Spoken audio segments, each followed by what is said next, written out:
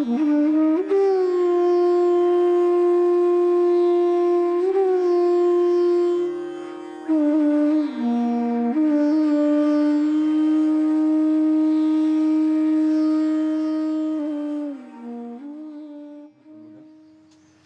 we safeguard and preserve various works of the Acharyas, books, historical recordings, occurrences, etc., from getting manipulated or distorted, especially in today's digital world? Ultimately, these are the wealth of our Sampradaya and the only saving grace for many centuries. There is no way. Everything will get changed. Everything is, it's like the law of gravity. You let go of it, it goes down. It's a constant game to keep it up, keep it in the air. Like they play this game called hacky sack, where you kick the ball with your foot. The idea is to keep the ball in the air. Sit around where you can see. Vishnu Maharaj, come up here by the door. You're blocking everybody right there. That's the nature of this world.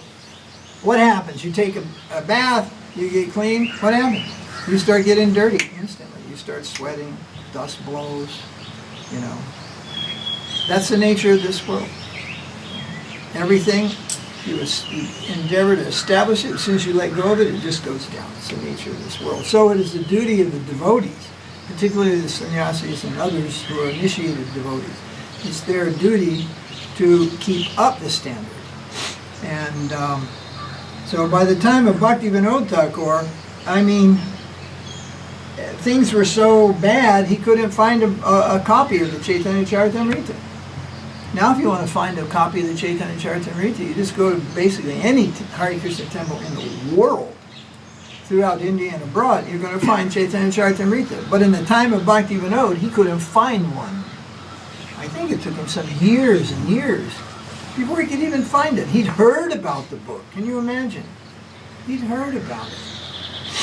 Everything, Chaitanya Bhagavat, everything, everybody had put their little 2 cents in there. And Chaitanya Charitamrita, it seems, had disappeared for a good reason, so nobody could change it. It means different groups, maybe, let's say the Sahajya groups, or some impersonalists, or Smartas. Smartas aren't Sahajyas. They started putting little stumbling blocks inside some of these literatures for the Gaudiyas. In fact, they even went so far in Bengal, this is Bengal, to write whole false books where they would just put everything according to the Gaudiya philosophy. What is that one book I'm thinking of? It's Advaita Prakash or something. It's about Advaita Acharya. It's supposed to be written by his household servant. Ishan. Bad. Humbug. So the whole thing just looks like a carbon copy of Chaitanya Bhagavat, just flows with all that sweet bhav of the Bengali bhaktas. And then there are only like 2 or 3 places in the whole book where they inject the poison. You take it, you're dead. It kills the whole sampradaya. One question in the book, it's someone like it's Achyutananda, the son of Advaita Acharya, who was a great Sankirtan leader after the time of Mahaprabhu, and he was a disciple of Gadadhar Pandit. So, Achyutananda asked his father, Advaita Acharya, oh, what is that mantra for worshipping Mahaprabhu? What is, maybe he asked him, not Mula mantra, what is that essential mantra for worshipping Chaitanya Mahaprabhu? So, Advaita replies, oh, there's no special mantra, simply Krishna mantra. Right? Now, that's not true. That's a particular point in the Gaudiya Vaiṣṇava history, philosophy, mantra, and all these things, because you have to have a place, you have to have a deity, you have to have a mantra, you have to have a goal. You only have 1 or 2 of those things, you don't go anywhere. You need 4 wheels on a car, and a lot of other things. So to go forward, you need all these different things. And if you can flatten 1 tire, I don't care how good your car is, you're not going anywhere. It's just like ka-pong, ka-pong, ka-pong, ka-pong, right? So as soon as you remove the mantras that we have for worshiping Mahaprabhu, particularly our Gayatri mantras, the whole thing just falls apart. You say, oh, now you're worshiping with false mantras, oh this, oh that, and it's like the sweater that Grandma was knitting all year, and a cat comes along and pulls, walks away, and the whole sweater just unravels. So that's one thing. And there was something else about who can be guru. And it went to the Brahmin castes in the book. And those are like the two main things. Everything else is like, oh, this is such nectar. This is sweet nectar. This is the nectar of the time back in the day. When the Dvaita and Ishan saw it all, and he writes the story. It's a total bogus book. It was written about 100 plus, a little more than 100, maybe less than 150 years ago. And it's written just to undermine Gaudiya Vaiṣṇava. And it's for sale in every Hare Krishna bookstore practically. Nobody. And people just read right through and go, oh, nectar Prabhu. Pass it around. Nectar Prabhu. Prabhupada said, forget the nectar. Let's get to work. Really sweet, very nectar, all this type of stuff. This is the wish of the neophyte. That I can have it all without endeavor, without earning it, without deserving, I will get. So that battle is forever. And it seems that ultimately we lose the battle. Well, why? Because this is the material world, not the spiritual world. We lose the battle and win the war. That's the fate of everything in this world. We can win the battle. We lose so many battles here in this world, but we win the war. Back to home, back to Godhead. That's the goal. Everyone has to have that aspiration to some extent. You have to have a desire, not for mukti, but for self-realization. And this is like the bounce back from ignorance. This is when we get so tired of ignorance, we aspire for some higher platform. Understand? Mm-hmm. So it's a duty. A friend of mine wrote me recently. He's a very acidic person, in a sense. He really pours on the acid when he finds something that isn't right. But he's coined this word, feel good Krishna consciousness. This is what's being marketed today, feel good Krishna consciousness. When's the last time a guru told his disciples, eat less, sleep less? Prabhupada said it hundreds of times. Krishna consciousness means some austerity. It isn't that, Krishna consciousness means marry one of the pujaris who was a good cook for the deities and then she can cook well for you. This happens hundreds of times in the Hare Krishna movement. A young girl joins, has some skills she doesn't even know about because nobody learns to cook in the material world hardly anymore. But then she learns to cook. Becomes a great cook. But, she's marriageable age, it's natural. She wants a family. She marries, and then she's cooking for her husband. And every time I visit the householders in the West, and I know that the motto was a deity cook, I say, don't make these nice things for your husband. Just give him khichdi and poppers. You cook malpura for Krishna, rasgula for Krishna, not for your husband. Don't cook that stuff for him. He's not worth it. Not worth it. Vaishnava, but not worth that. He can have the maha. So, but anyway, back to the point, my friend has used this word several times. They try to make everything a very feel-good society. Even amongst bona fide devotees. I mean, bona fide who should know better. Radhe, Radhe, flag a rickshaw, Radhe, Radhe. Say goodbye, Radhe, Radhe. Since when? Since when? Do you find anyone in our line taking the name of Radharani for hello, goodbye, and do you have a flat tire? I mean, it's for everything. It's just, no, that's not the way it is done. And there are just many things, people just getting in the happy mood. No, Krishna consciousness is meant to be joyful, but it's not meant to be enjoy. There's a difference. The joy in service is quite different from the enjoyment that we try to take out from any situation in this world. The pleasure of serving Krishna is innate and natural. But the pleasure that we derive from material energy is not natural. It's unnatural, and it's false.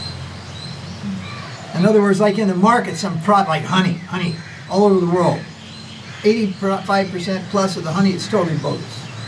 You're just better off just eating a spoon of sugar. It has no value as honey.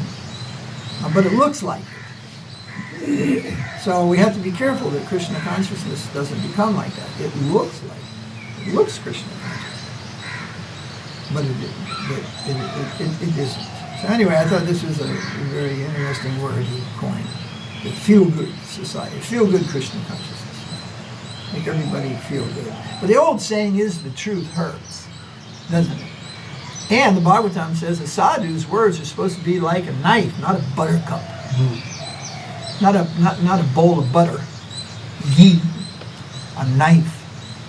And they're supposed to cut. No nonsense. Not like, oh, let me try to help you out here and untangle this mess. This mess is That's the only way you can deal with it. Just whack it, you know. When you try to disentangle yourself in the material world to become Krishna conscious, you'll find out you never get there. The whole time is trying to get disentangled. Just forget it. Just be Krishna conscious. And then you look back at that mess, and you'd be surprised how many things can solve themselves, especially if you haven't messed up too bad. You know, maybe it takes a couple of years to get out, but it's a way of thinking. You don't think, let me get out of the trouble before I go to Krishna. That's not possible. The trouble will catch you always, forever, forever. You just have to go to Krishna. It doesn't necessarily mean that you leave the troubles and don't solve them, but the solution will come to you much different when you put your priority as Krishna. Like I've said, you know, cynically many times, what is number one? I figured God is in third or fourth place, Guru is in fourth or fifth place. I forget what it is, but no question about it. Boss is number one. Boss. Boss says you're working on Janmashtami, you're working on Janmashtami. This is the way it goes. Boss is first, not God, boss. Boss says you're going to Rajasthan, you're going to Rajasthan. And if you don't take the job, you lost your job. So boss, I just noticed, you know, devotees and everything, and then job, they're gone. Job is number one. Although it's not number one for them. They can't figure out how to work around it because the world has, encroached upon every living being on this planet to an almost unbelievable extent of degree. Hindustan follows the Christian calendar. You know? Even the Muslim world follows the Christian calendar. Banks are closed on Sunday. What do we care a bean for Sunday? I hate Sundays. I hate Sundays. It's like the day off that we reserve for God. You know. Well, guess what? Maybe he's not at home on Sunday.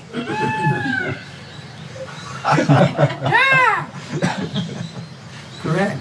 No, because Sunday, religion got, it's Sunday. It's just this thing. I call it the banker's week. It's not even Christian. It's bank. Bank runs. Not religion. Bank runs. All right, so back to your question. You understand? I don't want to go into long answers this morning. This was my question, based on something we were talking about in class the other day. Recently in class we've been discussing Guru Tattva. In particular we discussed how in the modern Krishna conscious movement many so-called gurus have retired and left thousands of disciples. What is the position of those disciples considering the institution they're in, were they actually initiated in the first place, and how to comprehend that thousands of devotees were cheated? Don't bother. You get what you deserve. It's not our headache. Although we might, you know, if you see people in the ocean, you stick your hand out. But I'm not jumping in the ocean to get them. That's, to refer to Srila Maharaja in this, he said, their faith enters limbo. Their solace must be the lotus feet and the mercy of Lord Nityananda. Otherwise, they're in limbo and they are lost. Simple as that. Now, Giri once asked, after he met us once in South India, he met all the devotees. He talked to one sannyasi in ISKCON and he said, I met these devotees in South India. None of them had shaved heads or anything, but they seemed to be like nice devotees. What's their destination? He was quite a bit younger then, so he asked, what's their destination in life? And that sannyasi said, next life they'll have to be born in ISKCON. Yeah. That's pretty good. If they want to go back to God. Very Catholic, that was. Right, very Catholic. As far as the Catholics are concerned, the only people in heaven are the Catholics. So, the world needs Krishna consciousness, and it needs a society, and it needs all the kind of things that groups do and that we do and everything. But, doctor, cure thyself. You know, I went to this hospital down here years ago, you know, the Columbia, remember? And I'm getting a heart checkup, and I run in there, and I run in to see, and there's my heart doctor coming out of the cafeteria with a plate with two sunny side up eggs, fried eggs, and some toast with some sugary jam on it. And I looked at this lady and said, okay, I'll be right in. I never went to see her again. What's this lady know about a heart condition, health? She's an Indian lady eating 2 sunny side up fried eggs in the morning. It's like, what do you know about health? Goodbye. You know, she didn't know anything about health, heart. Just follow this chart, give this medicine. If he dies, well, make sure he signed this paper before the hospitals. All right, let's Subha had a question. We generally don't see deity forms of Krishna beating or killing demons. We see Tribhanga Krishna, Baby Krishna, and Kaliya Mardana Krishna. So what is the significance of this form of Kaliya Mardana Krishna? Interesting. Yes, well, in the next Kali Yuga, Garuda has a vacation, and Kaliya is the Vimana, the carrier of Vishnu. So when Vishnu flies in somewhere, he's going to come flying in on the back of Kaliya. Kaliya is given the benediction. In the next Kali Yuga, Kaliya will be the Vimana, means the carrier, and Garuda will be somewhere else for that time. So that's one thing. Another thing is, Kaliya wasn't killed by Krishna. He wasn't killed by Krishna. He was chastised by Krishna. Krishna used his head as a platform to dance. And the significance is that, well, there were many things. I don't recall the things, but excuse me. The most significant thing is that he's sending a message, or he's sending a signal to the gopis of what's to come. And he's saying, do you see my dancing? See my footwork. He's dancing on the head of a vicious 100-hooded, or how many hooded cobra? Yeah, a huge cobra, and it's lashing at him with his teeth, and Krishna is playing flute and dancing. So he's showing the gopis, Vishwanath Chakravarti Thakur says, he's saying, this, practice, this is what's coming. See my foot movement, that's all. That's the most significant part. It's a prelude to the Rasa Lila. Krishna chastising Kaliya. And then Kaliya, he actually surrenders to Krishna and bows his head. Well, these other demons didn't, did they? So they lost their head. Take your choice. Bow your head or lose your head. Still things going on today. Bow your head or lose your head.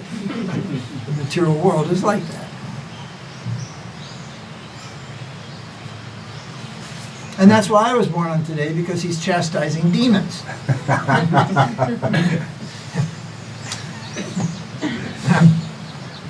Beat down. Dear Lita Matri asks, in which way Gaurava is the highest conception? Could you elaborate? Not elaborate. Mm-hmm. And we don't pin this highest conception. Please drop those. Everything's highest conception. Gaurava is not necessarily highest conception. It's become like a plague. Find the lower, more reverential conception. Don't worry about the higher conception. Because it is. What do you think this is? A newspaper gathering here? Ladies and gentlemen, I'm out to tell the world about the highest conception. No, this is not a staff meeting of newspaper. I'm not chastising you. I'm just saying, for all of our benefits here, everybody here is not on the same platform. Some people don't know what the heck you're even talking about. Some people just got second initiation. So questions have to be appropriate. Like Vishnu Maharaj's question, very nice question, should be an article. Should be an article, well thought out article, just not casual deliverance on a Sunday morning. All the questions are very good. And that question also very good. And to give you just a one-line answer, Srila Puri Maharaj says, because if you don't worship Gaurnitai, you cannot understand Radha and Krishna. So that kind of summed that up. But then if you're worshiping Radha and Krishna and not Mahaprabhu, then you're also going to have a problem. So it's not one thing, the cure-all medicine or the one step forward or everything else is done. But it is among the quintessentials. Quintessentials. There are many things. And most people would go to Srila Puri Maharaj's temple and think they were having Gaurnitai darshan. And people were saying, Gaurnitai, that, they go, Prabhupada never established Gaurgadadar. They get all paranoid about Gaurgadadar. And it's true, Srila Prabhupada didn't. Well, who did? Well, that's a long story. But going back in time, Bhaktivinoda certainly did, but Gaurnitai appeared before that. Gaurgadad, that was Gaurnitai. That was different. Yeah, I believe it's Bhaktivinoda. Is there earlier? Yeah, Champahati Vaninath. Vijay Vaninath, he installed Gaurgadad at Champahati. Champahati. Yeah. Okay, those would probably been the first. Yeah. So it would seem that people would like. That's why recently in Vrindavan I suggested to devotees who were trying to sort out their situation and their society, I said, I think you have to look a little farther back in history to understand what's going on and how you are, where you are, and what you need to do to improve yourself. You're going to have to go all the way back, not to the six Goswamis, but to Bhaktivinoda Thakura, and start there with everything. And actually, moving forward from there, you can move forward quite quickly. Understand that, Bhakti Siddhanta, Sridhara Maharaj, Puri Maharaj, and then you will see Prabhupada in a slightly different light. Not in any diminished light. This is another one they fear, They have this thing where, somehow Prabhupada has to be greater than any other living being that ever existed. That makes them feel good. That they made the right choice because he's greater than everybody and anybody. But one, that's not really true. Second, it doesn't really matter. Ami Guru, Jagat Guru, is not one of the quintessential achievements in Bhakti Yoga. That my Guru is the best of all. That's not really an achievement. That's an anartha. Or not really an anartha, but comes from anarthas. Egotistical thinking.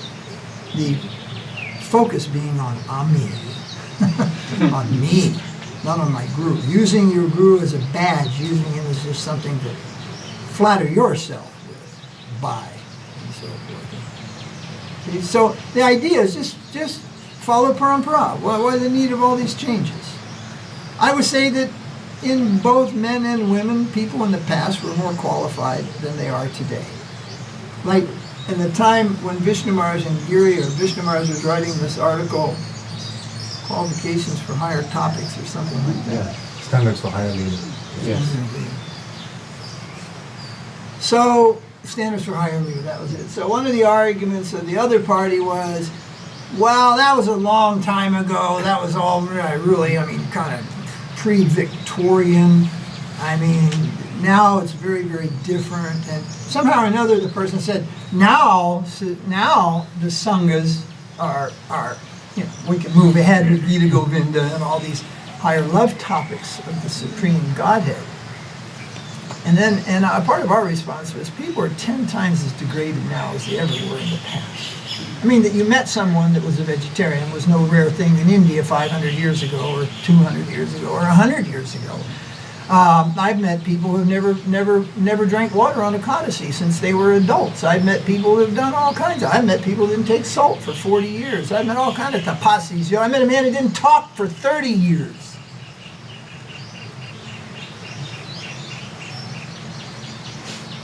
And the West? I never met anybody that wasn't basically a Dvipadapasu, a two-legged animal. up on the top level, but that's where we all come from. Face the facts. Malecha Desh, the West. But yet they were thinking that these degraded people, degradation is what's made them qualified to hear so-called higher topics. It's just like, could we go back to square one and understand what we're trying to do? And Sridhar Maharaj said, on your higher topics, rather a dreamy thing, he said. Well, for the next life.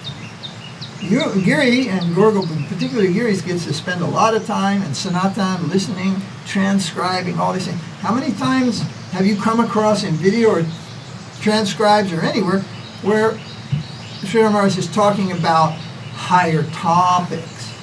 Really? Then there's other people, growing list. Every time they open their mouth, it's Rasa Leela, Krishna Leela, Gopi Manjari Bhav. Every time they speak, it's just this kind of stuff, which seems to be higher. But personally, I've found it is very lower, kind of like comic book review of the higher levels.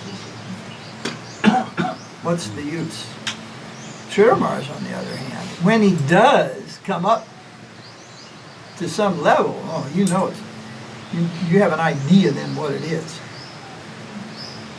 From the way he speaks about it, how he approaches it, even his physical actions and all these things. What do they call it? Physiology. Yeah, the physical response to the topic and such. So one who has an understanding of the higher realm can understand how all things so-called from the lower realm are actually connected to that higher realm, and they are dealt with in a higher way. For example, in some societies, serving prasadam is called a menial service. Well, in the definition of Sridhar Maharaj, menial service means clean the toilet or the cow barn. Serving prasadam, the Lord's mercy, is a very high position. Who do you think you are? Well, then we need someone in a humble state of mind, and you can't give what you don't have also. So the idea of just pulling in people from the street, shaving their heads or wrapping them in a sari and then having them serve prasadam. They don't even know what prasadam is. How can they serve it? They don't know anything. So serving prasadam is not a menial activity. Prasadam is not something menial. It means the mercy of Krishna. You have to eat, you have to live. But he makes it clear in Bhagavad Gita that cooked food which is not offered is virtually only pop, karma, sin. All things you have to eat to live. But in order not to incur the karmic reaction, you have to eat certain things which are only offered to Krishna, offerable to Krishna. And that way you eat prasadam. So it's not a menial thing, although it happens every day. It's not a menial thing, it's a very high thing. It's Krishna's mercy. And only those who are experienced in Krishna consciousness should serve. And there's some people who come here, they jump right in to serve prasadam. We take the spoon right out of their hand and tell them, please have a seat. But we should look to little details. Every time I write Prabhupada's name, I make sure I spell it right. Every email, every letter, thousands of times that I spell. I mean, when you misspell your guru's name, that's probably the pinnacle of inattention. Pay attention. It's the little things that count. As the Christians say, the devil's in the details. But the devil happens to be Krishna. That word devil comes from the word deva, and the ultimate deva is Krishna. The Zoroastrians changed the devas and the asuras. The brother of, what's his name? Vashishta Muni. He changed everything, and he made the supreme god Asura Mazda, Ahura Mazda in Persia, Ahura. Asura became the primal deity, and the bad guys were the devas. And they brought monotheism, one supreme being, although they didn't have the right one supreme being, this idea, they brought the idea of one supreme being to the Jews.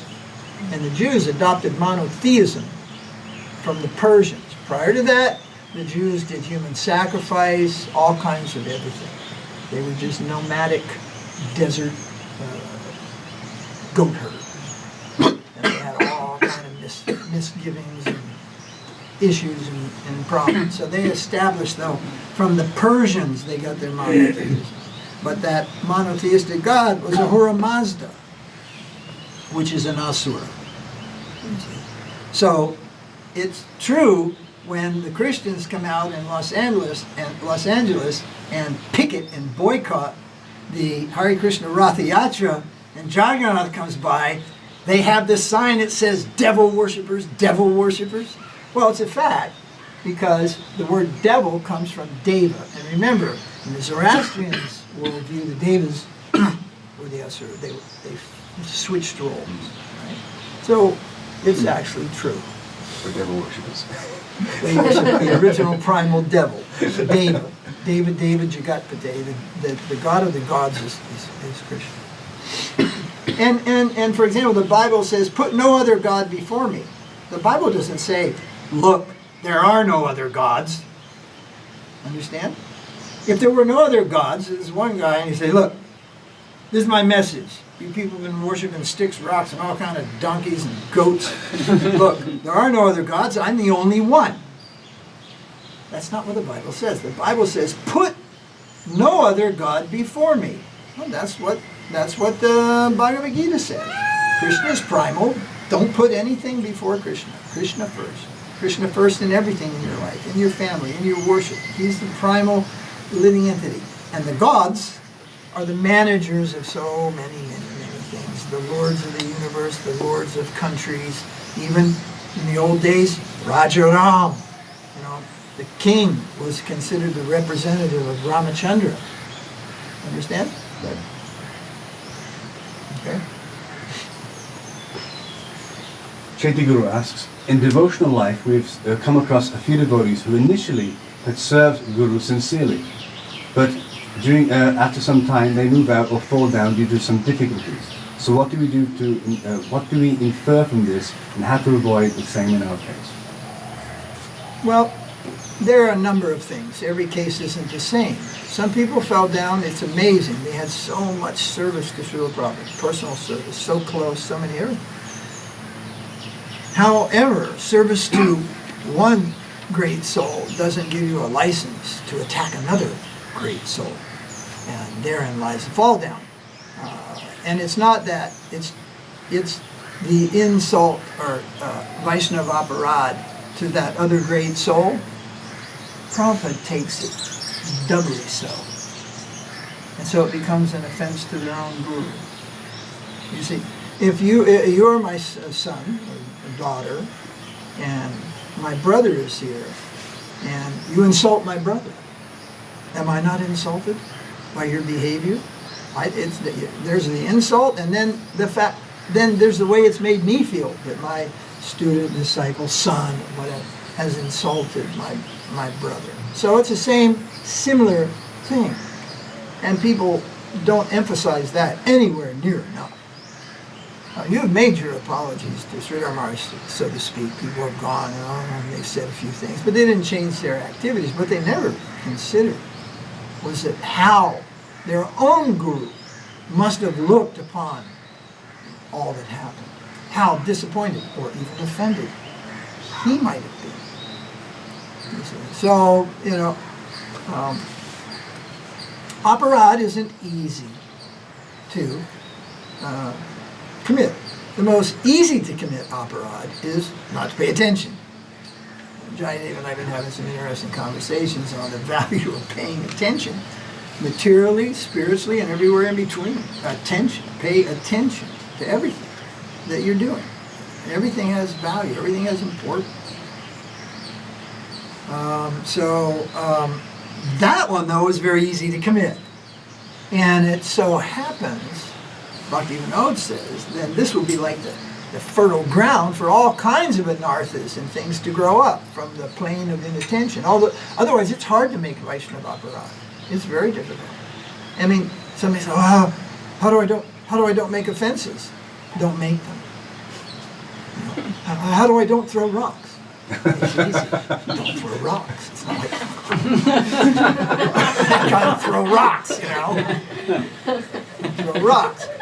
Don't think that Krishna's name and the demigod names are the same, right? That's so hard? Is that so hard? If it is, you're in the wrong place. You need a psychiatrist, not a guru. Right? So it is not. It's not so difficult to avoid the 10 offenses. It's this other one that's the sneaky one, inattention.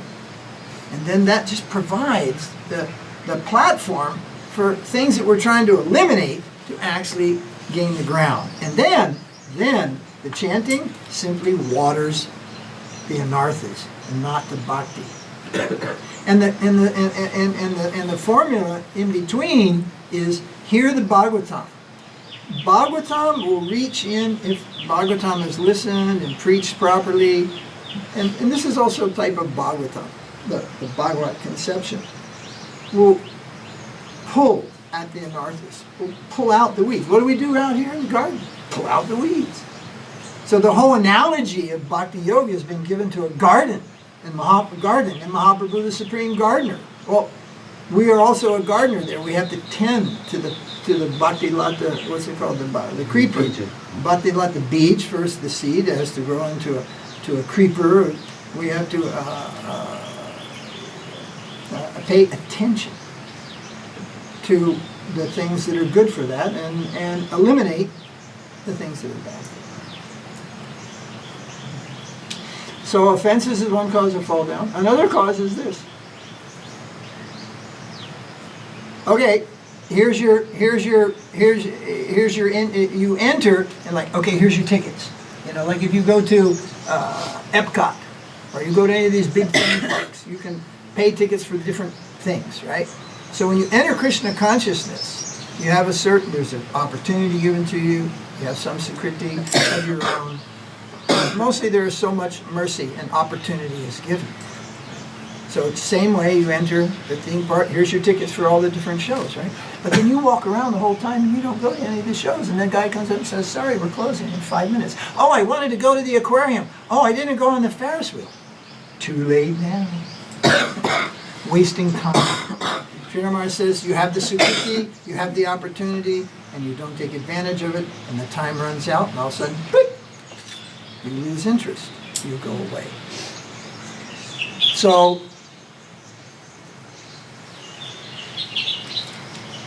we can't just be, lazy and not take advantage of the opportunities that we have. Opportunities for service, opportunities for learning, opportunities for practicing, all the different things, but to take advantage of them. If we don't, then we won't get any of the benefits from those things. Time will pass. You understand? Time passes. And then your Sukriti runs out. You don't have infinite Sukriti here. You had enough to get here. Now you want to increase that by progressing with what you got. Right? But people don't. They don't bear down serious. They're not serious enough. They get maybe involved too much in the social aspect.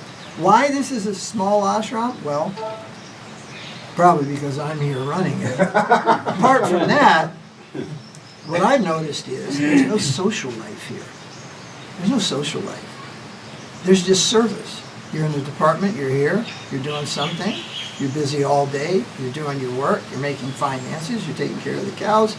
Now, if you go, say, up to Vrindavan, you can stand around and talk all the rest of your life, all day, associating with devotees, and never do any service.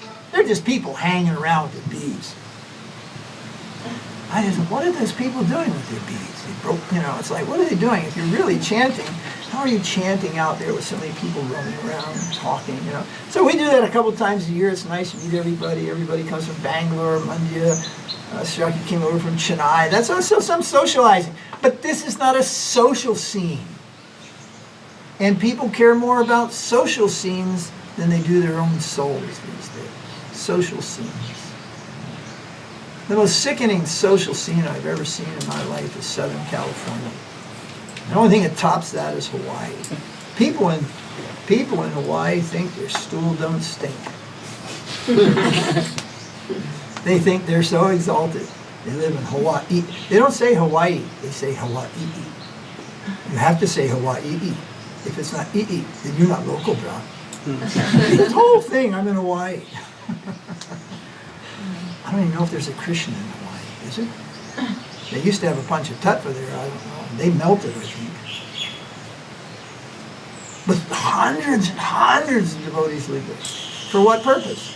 Not been with spirituality. Good climate and welfare. Bhaktivinoda says that devotees basically should not live on welfare. He doesn't mention welfare. He says you shouldn't even live on a government retirement pension. Like Jaydev is retiring in the near future, in the next year or so, probably. But he has a pension that comes from the government in the U.S. It's called Social Security. Bhaktivinoda says that one should not live off his government pensions. That will be an infringement in his in one's surrender to Krishna. In the renounced order of life, I'm saying, not as householders, not as people in the prime of life where you have so many responsibilities. But for those retiring, he says the retirement pension, he's particularly renunciates, he's talking about, Babaji's and sannyasis, that retirement money is not good for their budget. Then, well, how you're depending on Krishna? You're depending on your government stipend. So the wise thing to do is either use that money to free yourself so you can move on into your next stage of life, or to donate that forward into your next stage of life to the ashram or something. But for one to have it like, that's my little nest egg, that can actually interfere. Bhaktivinoda says that one shouldn't live like that on his pension. So then that begs the question, what did he do with his pension? Because he had one. Yeah, government service. Government service, he retired. So that'd be interesting to find out what he did. Because he writes about it. Mm-hmm. I think it's maybe in Dashamula or somewhere I read recently. Kumar, on Janmashtami you were giving second initiation to the devotees. And again you bring this topic up, it's a very current topic right now, about inattention. So you were giving some good instructions about Gayatri mantras and so on. So one of the questions that, or one of the things that sometimes comes up is that, oh, we're so busy in the day, sometimes we can't chant Gayatri. That's right, I said that. I said that is not just true with us, that's true across the whole world. The Ramanujas have been here for 1,000 years, the Madhvas have been here for 700 years. Everybody has the same problem. And that's mainly because they're working. And guess what? Well, we're doing the same thing. We're also working for Krishna very hard every day. And where do you find yourself between, say, 12 and 2? Big bazaar? Or you can do an old Hare Krishna and go stand in the corner. You know, people walk by, whoa, what's this guy doing, you know? All this stuff. Srila Maharaj said, they had to ask him, what about chanting japa in public, on a bus or a train? And have you ever noticed, devotees, you just see devotees out there riding a train. And the people are like, things happen in the world. Yes, they're on an airplane, so many things. Chanting japa on buses, trains, stuff like that. But the idea of Gayatri means 3 times a day. But in the practical sense, it's very, very hard. Very, very difficult. And it seems the first one to go is midday. Yeah. So, you'll be different. Don't surrender to the hard time, figure it all out. I've been everywhere saying noon Gayatri. Subways, parks, standing next to stoplights, walking across the street. Because if you just stood there, people are going to be like, sir, is there something wrong with you? You're just frozen in time. So I just keep walking, That can be dangerous. Hit by a truck. Yes, it was a devotee killed carrying Krishna books across the street in Paris. A box of books. Walked out into the street. Pay attention. You can't use your service as an excuse for not paying attention, for not doing the right thing. Gurmanj, would it be preferable to miss a Gayatri rather than continue to do one's service whilst chanting Gayatri? There was one devotee whose telling about his experience in Gopinath Gaudiya Math, where he had service all day, starting early in the morning. So he until just late at walking around doing So he would be service, doing chanting some- on board. night. In one spot doing some service, This is but the Kanishta. yeah. Just chant it next time when you can sit down and meditate. This isn't Mukti Vad. Put 1 mark against you, 3 more marks, and we dock you 1 lifetime. You know, it's like that's not what's going on. And a lot of these things, what I see is they were created in a time when you had more of a life like this. People lived by the river, the temples were going. You know, there just wasn't this run, gotta go, you know, type of lifestyle that the world has. Guru Maharaj? Oh, sorry. Yes. I just wanted to ask, like, evening Gayatri is supposed to be like at 6 o'clock, around 6 o'clock. That's the So- problem when you live in Finland.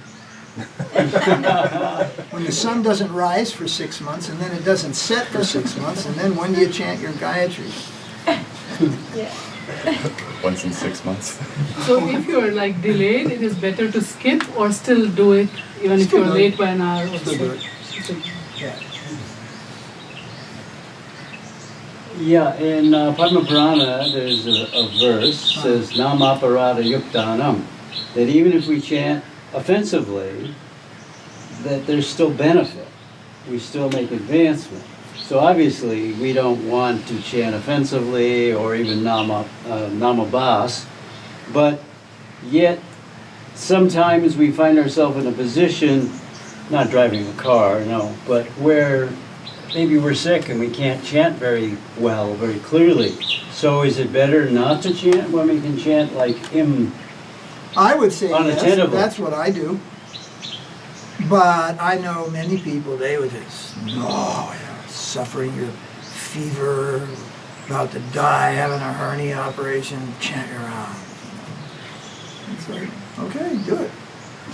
I'll do it tomorrow if you don't mind. But maybe I'm a little too relaxed on certain things, you know.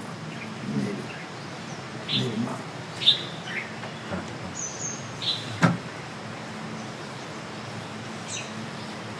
Prabhupada didn't chant 16 rounds a day or 64 rounds a day. Follow his schedule or you're blind. He woke up 2 o'clock in the morning. He did translation till after Mangalarti. Devotees came in to see him. Things were done. He went on a morning walk. He came back. He gave Bhagavatam class, great deities, Guru Puja Bhagavatam class, went to his room, took breakfast. Some devotees would come in and see him afterwards. Sometimes between 11 and 12:30, something like, he took his massage. Then he took lunch. Then he took rest.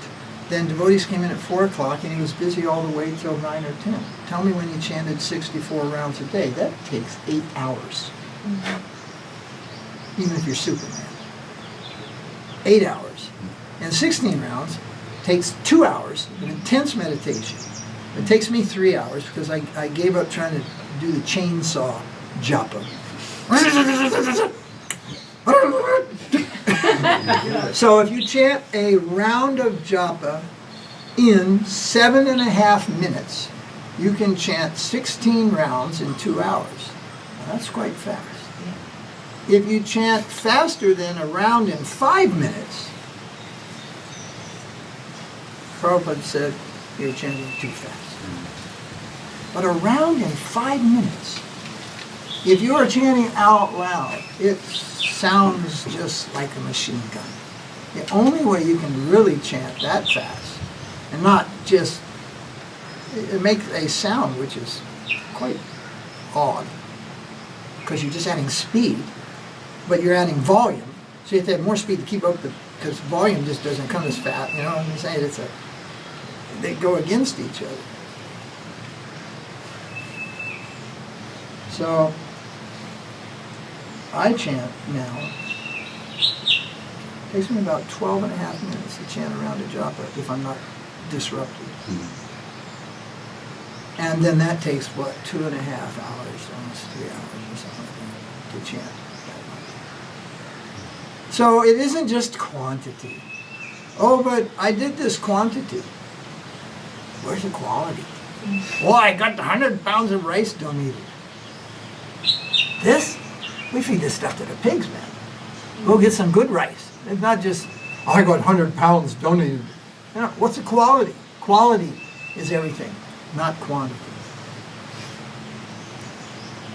A quantity of quality? Wow, that's nice. In the beginning, Prabhupada asked that the devotees chant 64 rounds a day. That's an 8-hour job at the perfected speed. Otherwise, it's all day into the night and all day and into the night, and you'll get nothing done. Nothing done. Then he requested the devotees chant 32 rounds a day. So for the 16-rounders who think, you know, they're at the top of the mountain, that was yet another concession. And then he said 16 rounds, and that seemed to be something that could be worked out if everybody got up at 4 o'clock, and the world would go on. Our preaching, I mean, Sankirtan, what devotees had to do, they had to work jobs in those days and support the temple and stuff like that. Then that worked out. There was enough time. But that only worked is if it was pedal to the metal 24/7. There was no time. There was no time. If any little thing come up, you couldn't finish your round. You know, it was such intense. And I'd see people wiped out after Ratha Yatras, 10 days behind on their rounds. Devotees used to even leave, go back and live with their parents for a couple weeks to catch up on their rounds. And this was the thing that's still in this country. If you miss them, you catch them up, you know, and people get weeks behind in these big festival things and stuff like this sometimes. And then, you know, it's just, and you see them, you know, it's just like, I don't know if this is the deal. I don't know if that's what Krishna's looking for. It's just like, I did it, Lord, I did it. You know, torturous, I did it. You know, some beating yourself up type of thing to prove yourself to Krishna. It was encouraged. I think even Prabhupada encouraged it, so that devotees wouldn't become lax. That's also a danger. Yeah. So I may say, if you're too busy, you don't chant, but then you become lax. That's your problem. I didn't say become lax. I said if you're too busy, can't chant, don't chant. And continue when you can. You know, and don't torture yourself, and don't beat yourself up afterwards. It doesn't do anything. But if we're too lax, then that's also okay. Beautiful questions. Like the question. I hope you're saving these. Yeah, This could be a book called Nice Questions and Faltering Answers. No, I was thinking about that as well. Faltering Answers? No. Compiling as a book. Compiling as a book. Nice questions. That is something which Prabhupada hardly ever got. Nice questions. My goodness. Any questions? Why do you wear that paint on your nose? He said. Next. You know, in class, Bhagavatam. You know, or he'd give a class and ask for a question. The question had nothing to do with the class. In his mind, the question had to do with the class. But they could almost never get any questions. You see, so, but if we just have questions, there was no class, so it can just be the question for the value of the question. And even then, the questions were borderline ridiculous. That you know. So these are very nice questions. You say the rest of it. No, I want to hear them. Unless we're closing. Rasikananda asks, how can one stay connected to service in a proper mood while staying outside the ashram? Good luck. Yeah, so when you go outside, it's almost impossible. That's almost impossible. Compared to what life is living, say, inside the ashram, where you're living with Krishna, that's the first thing. Srila Maharaj said that. You're living with Krishna. Next, you know, the opportunities is there for services day and night, all the time. And you have responsibility to make all that go forward. But when you go outside, you got to get up early. Nobody else is getting up early. You got to get up early. The modes of nature are, when you wake up, they're right there. Ha, ha, ha. Got you in an apartment building. You wake up. Just the Vastu, not the Vastu, the ether, just the, you've got 300 other people in that building and the deep, dense ignorance just sucking it in. And you wake up, try to push through that. And everywhere you go, it's just Here it's Hinduism. That's something. God bless the Hindus. You go to the West, the only people you see early in the morning are truck drivers. That's it. People going to work. Heavy construction workers, steel work. Just not an enlightened community up in the morning. And the so-called enlightened community in the West, the New Agers, what time do they wake up in the morning? Probably not before 7:30. So-called New Age, so-called enlightenment. They haven't got a clue yet. So very, very difficult. However, and I don't say it much because people say, oh yeah, now they're after the money. What else do you got? When you're out in the world, what else do you have that you can offer to Krishna? You're not a farmer, you don't have food. Or you could buy food and bring it to the temple, that's good. Well, that takes time and money. Now, you don't have time. So you can give, it's called service donations. Donating for service. So that those who are here, who have the time, can perform the service of the Lord. And that was the way the Vedic society was set up. You had the Brahmins, the priests, the Pujaris, the Hotris, all these people. They just did that all the time.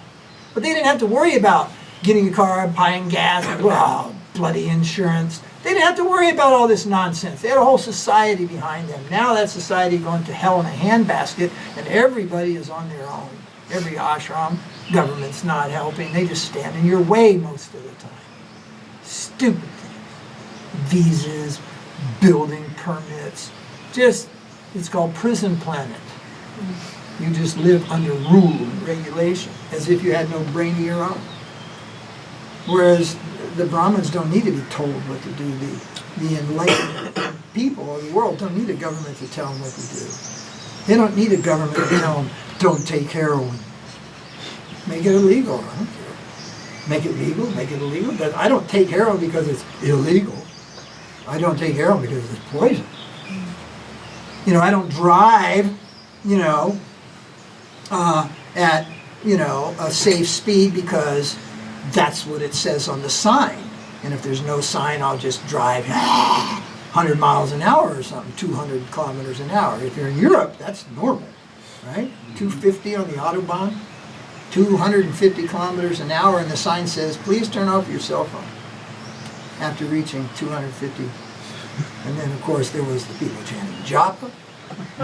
I've ridden in a car at 200 miles and 200 kilometers an hour with a devotee chanting japa on a clicker, though. It was crazy. Where were we? Talking about proper mood, giving service donation. Yeah, so on the outside, there's not that much that you have. So you have, wake up early, or as early as you can. You can do some chanting, you can do something, and then you're off. You have to fulfill life's obligations. Everything gets downhill, very tired. Now, but someone like Chaitanya Das is working in a field, let's say, he can sell books, there's some preaching there, he sells pictures, things like that, so that's really nice. Prabhupada recommended that householders have a lifestyle. It's a little bit more like easygoing, and it might be hard work, but there's something there that's Krishna conscious. There's some way to stay connected, as he's saying. But if you just go off and work an IT job, like Sanatan, then the only way you can only come here, chant at home, give service donations, or do some service for the temple from your home, like he's able to do translation work, right? So that's very nice service, very, very good service. So outside is much more difficult than inside. Much more difficult. Outside, much more difficult. Not to earn the life, not to live the life. That's not the hard part. The hard part is to be in Krishna consciousness, starting early in the morning, waking up early while you're doing that work. Like association, all that's nada. Here, you walk around, there's somebody to remind you or tell you about Krishna anytime you want to hear it. There's something to do all the time. I walk around this place just picking up rocks. Rather humble service, but get the rocks out of the grass and I throw them over over the wall. There's so many things to do. Service is everywhere. And outside service is nowhere. You walk out your door and it's like, shut your door, go back inside. It's like, where can I do some service, you know? So we recommend to people, everybody can't live in an ashram, nor is it meant to be that way.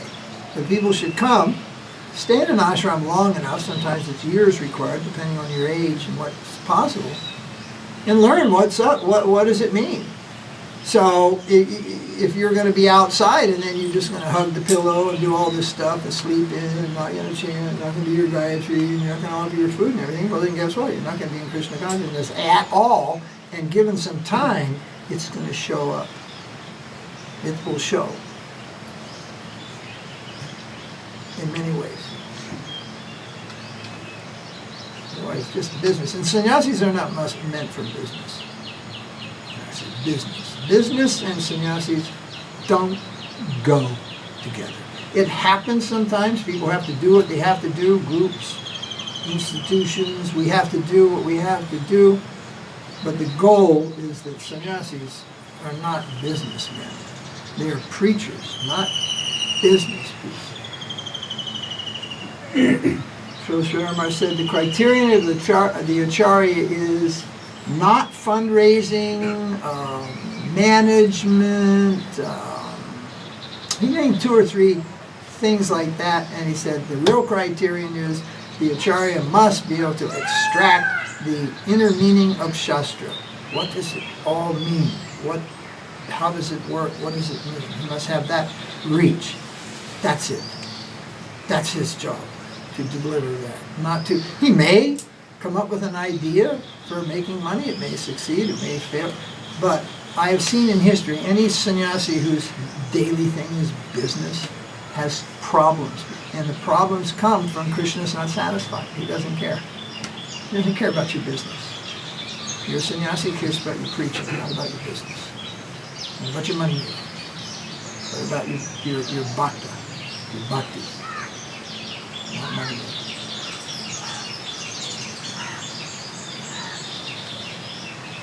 But Srila Prabhupada also said, money's the honey. And we need the honey. So who should get the honey? It's supposed to be the householders. But most householders can only give a little bit here and a little bit there. And all of them taken together still isn't enough. So someone who wants to dedicate his life just for preaching, which is a more than 24-hour-a-day job, actually, if you really accept the mantle of what it means, he can't do that. Because he has to make money. The ashram has to have money to exist, to pay taxes, to do anything. No money, no nothing. And the days of the wandering sadhu and how he's going to come to town and convert the king and all that bunk, that's all long gone. Nobody's converting the king. And you see these sadhus that are just out doing the real sadhu thing. What effect are they? They struggle just to get chapatis. So we live in a very different time. Very different time. And some of the things that we do and some of the schedules and the way we do and everything just aren't maintainable in a world that the rules were created 1,000 years ago, or 2,000, 5,000 years ago. We don't live in that same world anymore. There are some groups that do that, like which one of the Shankaracharyas doesn't ride in a car, doesn't ride in a plane, doesn't do anything. He walks everywhere he goes, and he walks with an elephant, a camel, a cow, all this hoo-ha, you know. But actually, he's just a Mayavadi. What's a Mayavadi? It says, you're God, I'm God, you're God. Nonsense. Lock him up. But because he goes everywhere on his foot, and he walks with an elephant, ooh, wah, and he's got long hair, and, you know, juttis, and a white beard, ooh, sadhu. But you squeeze him, just some kind of upgraded Hindu, Mayavadi, impersonal. And then they scorn the preachers of the Sankirtan movement, who use leather on drums, who flying airplanes, all this kind of stuff. But you look and see, okay, what good effect they're having in the world. This one I'm telling you about right now, walking with the elephants, all that big group, triple murder case, killed 3 people, triple murder case, cost him millions of dollars to keep his neck out of the rope. And an ignorant population to forget. Right here, just a few years ago, right down there in Chennai, or not Chennai, where's it? Kanchipur, such a holy place. Triple murder inside an ashram, all about the money, black money, and all this big bucks money, silver throne gurus and all this bunk. Walking only with the elephant. He worships cow, elephant, horse, or something. He does this thing every day and all this. Oh, he can't. He has to sit on a deer skin. Ooh, ha. But I've seen him take the deity of Krishna and set it on the neck. But the same sadhu won't sit down unless he's on a deer skin. It's a joke. It's all a show. That used to be the standard, say 500 or 1,000 years ago. It is neither beneficial for him nor anybody else to live like that today. There's only one religious principle in the age of Kali, and you can try to bend all the other ones any way you want it, but there's only one, and that's Harinam Sankirtan. There's not another one. There's one religious principle in Kali that you must give full attention to, and that's the holy name of Krishna. And all this other stuff is great fun. Homas, elephants, all this hoo-ha. Great fun, but not essential. So a friend sent me a picture of a Govardhan shield and asked me his opinion. I said, well, the Russians painted the eyes.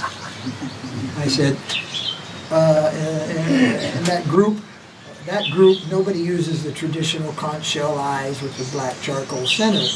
They all use these really nicely painted eyes that the Russians do. They're very, very talented, these Russian devotees. So everybody uses those eyes. And then it's all very meticulously painted, the Govardhan, with flowers on his face. It was only about this big, And a tilak was a little artistic, I would say. It was a silver tilak with rhinestones, but it wasn't the standard shape. It was and it wasn't. It was a little stylized or something like that. In one sense, wow, beautiful, very opulent. There was no gunjam. So this devotee asked me what I thought of this. I said, well, the Russians painted it, and that's in vogue and fashion in that group, and this and that and the other. I said, and he asked, is it all right to paint faces like this? And I said, well, painting faces on Govardhan has been around for centuries, as far as I know. I said, it is not essential. It's not essential. I said, but what is essential is that you worship Govardhan with Gunjamala, because there's a story here. The Govardhan, given Govardhan means you're given your eternal place of residence. For the Gaudiya Vaiṣṇavas, followers of Mahaprabhu and Raghunath Das Goswami, Rup Sanatan, the eternal place, where you live, back to home, back to Godhead. Can I get an advance post office box for that, sir? Where? Oh, yes, legitimate. Where? Where will I live in that infinite world? I'm in the Gaudiya clan. Let's say you're in the Gaudiya clan. You're going to go and you succeed. Whoop! Krishna takes you back to Goloka Vrindavan. Where are you going? Where do you live? Govardhan. The eternal residence of the Gaudiya Vaiṣṇavas is Govardhan. It's one of the, what is it called? The 11, Ekdas Bhav. It's called, there are 11 items to your eternal service. Where you live, your name, types of service groups, different things that they call Ekdas Bhav. One of them is your residence. So when Das Goswami was given Govardhan Shila, that's by Mahaprabhu, he's given him the Govardhan Shila in Jagannath Puri, by the way.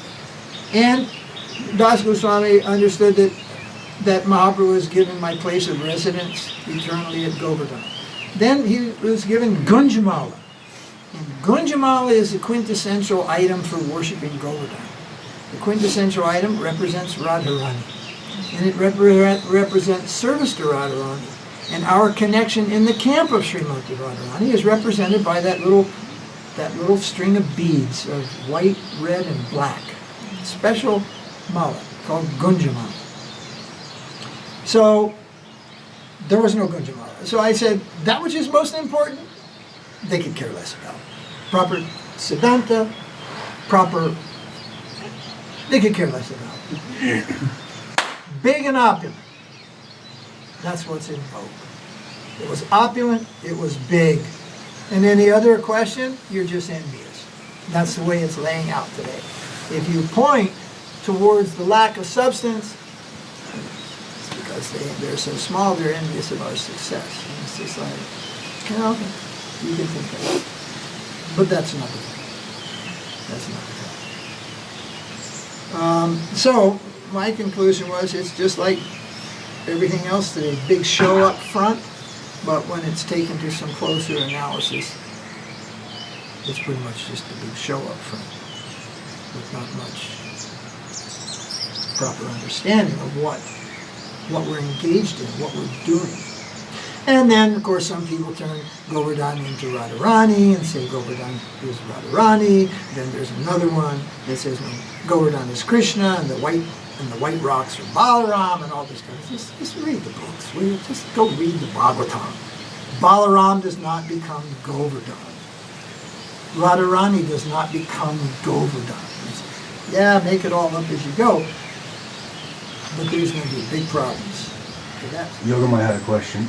She said, Diksha is defined in the Vishnu Yamala as that process by which divine knowledge is given and sins are destroyed. I'd like to know more about this and more specific about that the sins can be destroyed by taking Diksha and how it works. Why is it so powerful? Why is it given to few people? And what's the real importance of Diksha initiation? Stick around and find out. Okay, read that again. That was a 3 or 4 in 1, right? Yeah. She's talking about Diksha. Yeah. Okay, Diksha, it doesn't mean just that moment, like, zzz, you got it, all your sins are gone, everything, zzz, you are connected. And then mantras are your repeated connection. Harinam initiation, Maha Mantra is your connection. You give up Harinam, you give up the holy name, you give up your connection. That is your connection. That's what you're given. That's it. That's the, don't go and unplug. You've been plugged in. But now it's a process. It's just not one act. Now you're initiated. Now you have more of the equipment to move forward in the process of purification and fixing Krishna as the central focus of your meditation. It's part of the process. You're given more of the equipment to move in that direction. So as far as sins, pop is concerned, that means karma. You have, at the time of initiation, when you get these mantras, you get Diksha, then the connection for your karma just burned.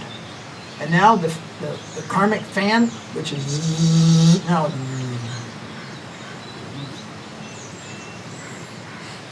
it slows down. If you re-plug it in and perform karmic activities and forbidden activities, all this type of stuff, it picks up again. You see, and then that becomes an offense to the name or offense to mantras.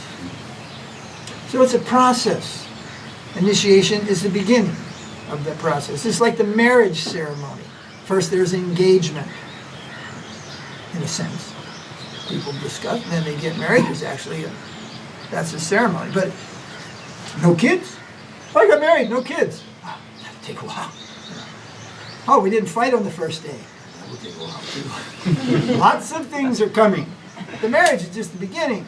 And the next day isn't, well, in India, 2 months for good marriages. Nowadays, they're packing them in. But I remember when I got to India, a month for a marriage was so common. 2 weeks was short. Now it's 2 days. But it used to be a big thing. Go Tirupati, go all over South India, go up north, wherever you were from. You just went on big buses, whole families going. No time. No time, dear. No time for that anymore. Everybody's working like a slave in this world, just to survive.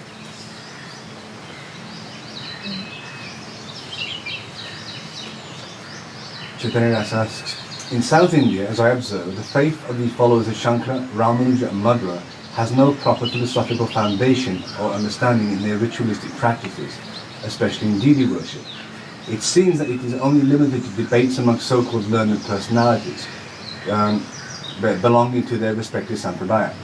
In this situation, for this society, how can we establish with scriptural evidences that Sri Chaitanya Mahaprabhu's philosophy stands highest among all the known theistic conceptions? Well, you can't. I mean, you can, but they're not going to change. Better men than you have tried. Mahaprabhu himself tried. And they didn't follow, did they? Once they've entered into a certain plane, it's hard to... Anupam, he met Mahaprabhu. Anupam was the younger brother of Rup Sanatan, Anupam. And he was presented with Krishna. Here is Mahaprabhu. And the Krishna conception. And he begged to be out from that. Because he was already in to Vaikuntha conception. And he could not give up the worship of Lakshmi Narayana. So that was a plus, the Vaikuntha Bhakti. Don't try to make everybody understand Mahaprabhu is the highest. You understand that he's the highest and you follow. This isn't a competition. Like, my God's the highest, our Guru is the best, all this kind of stuff. And in South India, they have never been big takers, either from Mahaprabhu, from Bhakti Siddhanta, from any Gaudiya preacher, or any Hare Krishna. It's only when they added materialism to the Hare Krishna movement in mass that you got all these people joining. You get this. You be member, you get nothing. You be member, you get nothing but service and the blessing of God. Forget it. I want 3 free days in your guest house. I need a full stock of all. I want my magazine. Where's my magazine? We used to call them life moochers. Life moochers. They pay this one amount, and now you are their servant. The Krishna is their servant. The temple is their motel patel, the place to stay when they go to New York and all this kind of stuff. So in South India, very pious and very much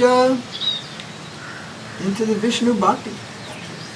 Even the Madhvas, they're into Vishnu Bhakti, they're not into Braj Bhakti. Isn't it? But you see, there are people, some from Smarta, somebody from Ramanuja, somebody from here, somebody from Madhva, somebody, all these, because these are just old traditions. And tradition and culture has strength and value. And compared to the knowledge of the world, I would think. But it's so hard to enter that knowledge from outside. The knowledge of the Sri Vaishnavas or the Madhvas or any of these ancient groups from outside. They're so cloistered, their own community. They have no potency for outside, and their communities are shrinking. They're shrinking. Sankirtan movement isn't about a particular caste or community. It's people from every caste, every community, every nationality, every race, Chinese, African, American, Indian, Polynesian, Indonesian. What do you mean caste? Caste is gone. Kalo Sudra Sambhava. In Kali Yuga, everybody's a Sudra. There are no castes. They're born exalted. Not in Kali Yuga. Not now. In the past, yes, but not now. Not in Kali Yuga. So all these things don't have potency. They have money, and things are done. They've made temples all over the world. They made them in Australia, they made them in Canada, they made temples, gopurams, and all this kind of stuff all over the world. And they're seen as more like a cultural phenomenon. People don't encounter and change their life. So, what was the bottom of the question was, therefore, what? Canadian temples of Krishna in India because of Well, don't say, we're not to say Kanishta. It's like, there are many Kanishtas here also. Everyone here not yet. Madhya. On the way, but not yet there. So, I don't know those people. I don't know what stage they were at. All I see is their temple is the worship of Vishnu Krishna. It's not the worship of Braj Krishna. So we're not against that. We're not like we're their enemies or something like that. We're also not atheists. We worship Krishna, but we're also not against the existence of God. Whereas, some devotees try to act that they're on such a high level of just pure love that even the God factor has no reality for them, and that's just their foolishness. That's just their foolishness. Pretend that they're on such a level.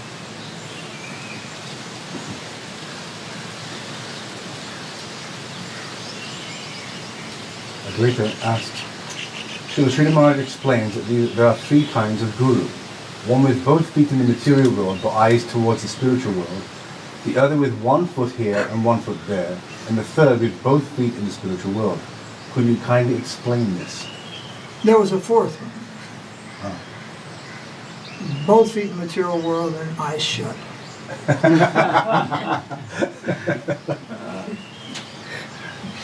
Yes, so both feet in the material world means ascending, but has not come in contact with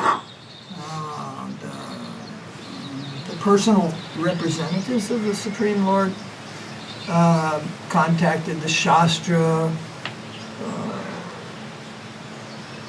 good endeavor, understanding and going forward. And the other is a much more desirable, and that is that progress is made and some touch in this world. Now here's where the problem gets a little confusing. People say, well, I want Uttamadakari guru. Well, you're probably never going to find one. Even if you met one, you wouldn't know how to find one. Uttamadakari gurus don't really become gurus. The work of guru is the work of Madhyam Adhikari. So an Uttam comes down to the level of a Madhyam Adhikari to be guru. So he's Paramahansa, but Paramahansa, Parabhajakacharya, there's so many, what do we call those words, laudations, there's so many prefixes of glorification.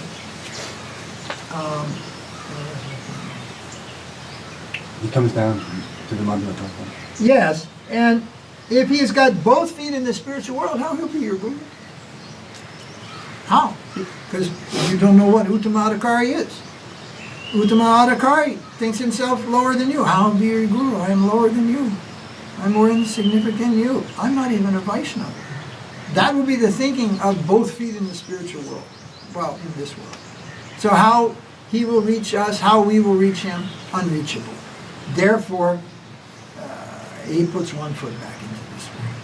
As Prabhupada said, they asked him, well, if you have mystic powers, why do you fly in airplanes? And Prabhupada said, to be one with you. Just to be with you. You understand? One is very dangerous. No real realization. The other, realization, on the right path, proper conception, goal is there. And the other, well, that's to die for. But they'll say, well, Prabhupada's a Paramahansa. They say, that may be, but he was acting like a Madhyam. And when they go to the Paramahansa level, then immediately everybody misunderstands. And you can see, in the last days where they go, final order, all this stuff is coming out. Prabhupada's going in final stage of life, full Paramahansa bhav, feelings, everything, withdrawal, and they're misreading the whole thing. Throwing away all that was given before and creating some final, what they call final order. Govinda Maharaj commented, oh, you see, all of you are seeing Sridhara Maharaj in Paramahansa stage. You should have been here 40 years ago. We were afraid to go in his room and give him prasadam, he said. We used to argue with each other, oh, you taking the prasadam, I did it last time. Very heavy, very strong. Doesn't mean that he's shouting and yelling. I mean, it's this whole, maybe one saying the world, just the whole atmosphere. But it's very austere. There's so many things. He said, now you're seeing Guru Maharaj in Paramahansa bhav, like your great-grandfather, so gentle, this, that, everything. But the day when he would rise up out of his chair, man, people would take off running in every direction when the Paramahansa decided to give out some sauce. Paramahansa sauce, everybody just would run, literally run out the gate, hide somewhere. One devotee just jumped under his bed, hid underneath his bed. And by the way, the first disciple of Srila Maharaj was Haricharan Prabhu, Krishna Charan Prabhu, who later became Aranya. Bhakti Prasunna Aranya. And so his age was some 90-ish, almost 100, no? Almost 100. Yeah, it's really not there. Anyway, not anyway, but his departure from this world was the morning, the day before Janmashtami. Just a couple days.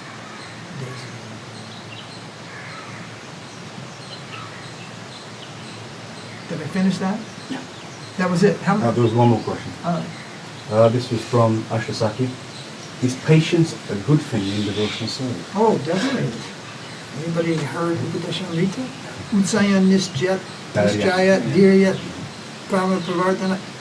Enthusiasm, patience, and determination. Enthusiasm, Utsaya. Which one?